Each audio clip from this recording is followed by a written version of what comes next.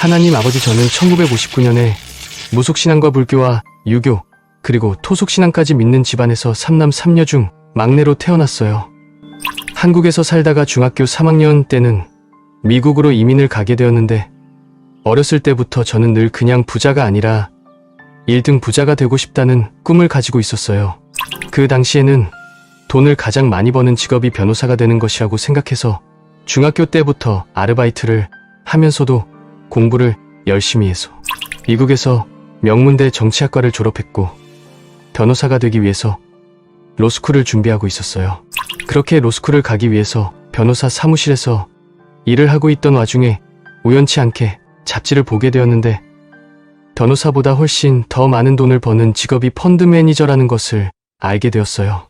그 당시에 미국에서 변호사의 연봉이 3억 원이었는데 펀드 매니저의 연봉은 300억이라는 이야기를 듣고 저는 곧바로 변호사 사무실을 뛰쳐나와서 월가의 문을 두드리기 시작했어요. 그 당시에 서울 강남 아파트 한 채 값이 5천만 원 정도였기 때문에 3억도 엄청 많은 돈이었지만, 저는 큰 부자가 되는 것이 인생의 목표였기 때문에 뒤도 돌아보지 않고 월가로 향했어요. 다행히 얼마 지나지 않아서 세계적인 증권회사에 입사를 할 수 있게 되었고, 새벽부터 늦은 밤까지 열심히 일을 하자 25살에는 최연소 부사장으로 임명되었어요. 그리고 몇 년이 지난 후에는 더 높은 소득을 올리기 위해서 투자회사를 직접 설립해서 운영을 했어요. 그 당시에 저는 이 세상에서 돈 버는 것만큼 쉬운 것은 없다고 말하면서 다녔어요. 그도 그럴 것이, 제가 하루 출근을 하면 아파트 몇 채는 살 수 있는 돈을 벌었기 때문이었어요. 그때는 정말 돈이 너무 많아서 감당이 되지 않아서 슈퍼카도 모아보고 점점 더 좋은 집도 사고 밤새 유흥도 즐겼지만 돈은 줄지 않았어요. 그런데 너무나 이른 나이인 20대 때에 남들이 이루고 싶은 것을 다 이뤘기 때문에 아쉬울 것 없는 인생이라고 생각했지만, 제 마음속에는 무엇으로도 채워지지 않는, 이해할 수 없는 공허함이 있었어요. 남들이 보면 말도 안 되는 일이었어요. 지인들은 너가 모든 것을 다 가졌는데 공허하다고 말하는 게 말이 되냐고, 너가 없는 사람의 마음을 잘 몰라서 그런다고 남들은 너처럼 누리는 것이 소원이라는 말을 저도 했어요. 지인의 말에 동의는 하지만 제 마음에 와닿지는 않았어요. 그 당시에 저는 항상 무언가 모를 부족함을 채우기 위해서 더 좋은 차를 사고 더 좋은 집을 사고 더 많은 돈을 써봤지만, 제 마음에는 마치 블랙홀처럼 그 어떤 것으로도 채울 수 없는 공허함이 있었어요. 그리고 남들이 절대로 이해할 수 없다는, 무엇으로도 채울 수 없었던 제 내면의 공허함 외에 저에게는 또 다른 아픔이 있었는데, 그것은 이런저런 병이었어요. 저는 어렸을 때부터 좋지 못한 습관을 가지고 있었는데, 그것은 중1 때부터 피웠던 담배와 마약 그리고 술이었어요. 저는 21년 동안 술과 마약과 담배를 거의 하루도 빠짐없이 했기 때문에 간이 상하고 위산이 역류돼서 10년 동안 김치 정도의 매운 것도 못 먹었고, 담배와 마약 때문에 폐활량이 부족해서 가끔 숨을 쉬지 못할 때가 있었고, 심지어 30대에는 마약을 과다 복용해서 10분 동안 죽었다가 살아나기도 했어요. 그리고 대학교 때 역기를 잘못 들어서 척추협착증과 척추 디스크를 달고 살아서 늘 고통 속에 시달려야 했고, 마약으로 인해서 시어증도 오고 시력이 상하기도 했어요. 그리고 스트레스가 너무 많아서 원형 탈모가 왔고 가끔씩 온몸에 피부병이 퍼졌고, 결과적으로 이런저런 고통으로 인해서 하루에 진통제 20알을 먹지 않으면 거동을 할 수 없었어요. 그리고 이른 나이에 성공을 하게 되자 대인관계는 원만하지 못해서 조그만 일에도 화가 나서 다른 사람들과 자주 다투고 싸워서 감옥에도 8번이나 갔다 왔어요. 지금에서야 깨닫게 되었지만, 그 당시에 저는 학벌 좋은 쓰레기, 성공한 쓰레기, 출세한 쓰레기, 돈 많은 쓰레기였어요. 그렇게 제 인생이 망가지는 줄도 모르고 살아가고 있었는데, 어느 날에는 과도한 술과 마약으로 인해서 우울증이 왔고 자살도 2번이나 시도한 적이 있었어요. 그런데 그렇게 아무 생각 없이 열심히 돈을 벌고 열심히 놀고 열심히 돈을 쓰고 있던 어느 날 저의 인생을 180도 바꿔준 사건이 일어났어요.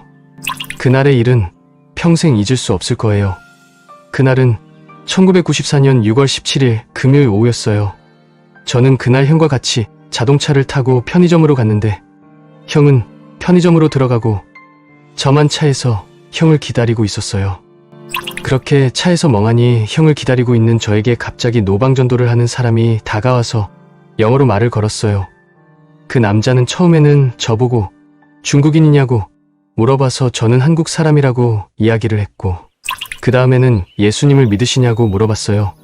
평소에 저 같았으면 안 믿고 있어도 이런 상황이 귀찮기 때문에 더 이상 말을 섞고 싶지 않아서 예수님을 믿는다고 말했을 텐데, 그날은 이상하게 이런저런 고민이 많은 상태여서 그런지 저도 모르게 그만 그 남자에게 퉁명스러운 말투로 저는 예수님을 안 믿는데요 라고 대답을 했어요. 순간 대답을 잘못해서 귀찮아지겠다는 생각을 하고 있었는데, 바로 그 순간 그 남자는 갑자기 제 손을 잡더니 당신과 함께 기도를 해도 되냐고 물었고, 저는 속마음과 다르게 예라고 대답을 했어요. 이게 무슨 일이야? 내가 왜 이러지라는 생각을 하고 있었는데 남자는 자신의 말을 따라하라고 하면서 이런 말을 했어요. 예수님, 당신의 보혈로 저희 죄를 씻어주시고 저에게 성령님이 임하게 해주세요. 아멘. 무슨 일이 일어났는지 저도 모르게 그 남자의 말을 따라했고, 그 남자는 저에게 종이 전단지를 손에 쥐어주면서 이런 말을 하고 떠나갔어요. 축하합니다. 당신은 이제 거듭난 크리스천입니다. 나중에 알게 됐지만 그분은 뉴욕 동부에서 사역하시는 목사님이셨어요. 남자의 어이없는 행동과 말을 듣고 나서 저는 순간 망치로 머리를 때려 맞은 것처럼 아무 생각이 들지 않았지만 신기하게 마음이 편안해지는 것을 느끼고 있었어요. 아주 잠깐 그렇게 말도 안 되는 일이 일어났고, 저는 그 남자가 준 종이 전단지를 구겨서 차 안 구석 한 곳에 구겨 넣었어요. 그리고 잠시 후에 형이 커피 2잔을 사서 차 안으로 들어오면서 저에게 저 사람 아는 사람이야? 라고 물어봤고, 저는 형에게 그냥 길에서 노방전도를 하고 있는 사람이야 라고 대답했어요. 그리고 잠시 후에 형은 차를 운전했는데 자동차가 출발한 지 1분도 되지 않아서 제 눈에서는 뜨거운 눈물이 흐르기 시작했어요. 아무리 힘든 일이 있어도 절대로 눈물은 흘리지 않았었는데 아무런 이유 없이 그 어떤 영문도 모른 채 저희 눈에서는 그렇게 폭포수처럼 멈추지 않는 눈물이 흘러내리고 있었어요.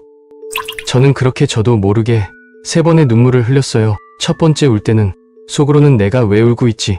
울 이유가 전혀 없는데라는 생각을 하면서 울었고, 2번째 울 때는 제 안에 알 수 없는 울림이 있었고, 3번째 울 때는 제 몸에서 악한 영이 빠져나가는 느낌이 들었어요.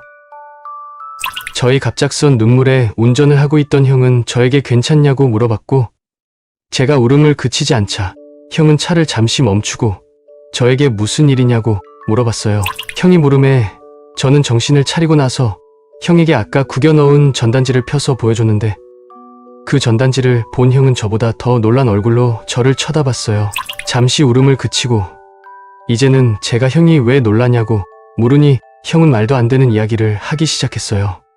내가 평소에는 낮잠을 자지 않는데 어제는 갑자기 너무 졸려서 낮잠을 잤는데 꿈에 돌아가신 아버지가 형에게 이런 말을 했다는 거예요.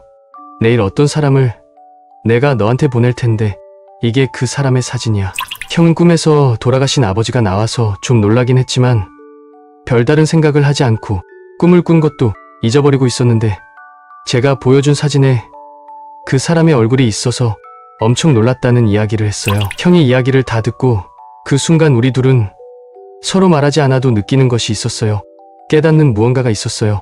아니, 그 순간 예수님이 살아계시다는 것이 믿겨졌어요. 그 일이 있고 나서 형이랑 저는 집에 돌아왔고, 저는 하나님께 무릎을 꿇고 기도를 드렸어요. 하나님 아버지, 저는 하나님은 알지만 하나님을 믿고 싶지도 않았고 믿을 이유도 없다고 생각했어요. 하나님도 아시죠? 제가 지금까지 하나님을 믿는 사람들을 얼마나 많이 괴롭히고 조롱하고 핍박했는지 주님은 과거의 저의 모든 행동을 아십니다. 그러나 주님, 저는 오늘 저에게 일어났던 그 모든 일이 우연이라고 생각하지 않습니다.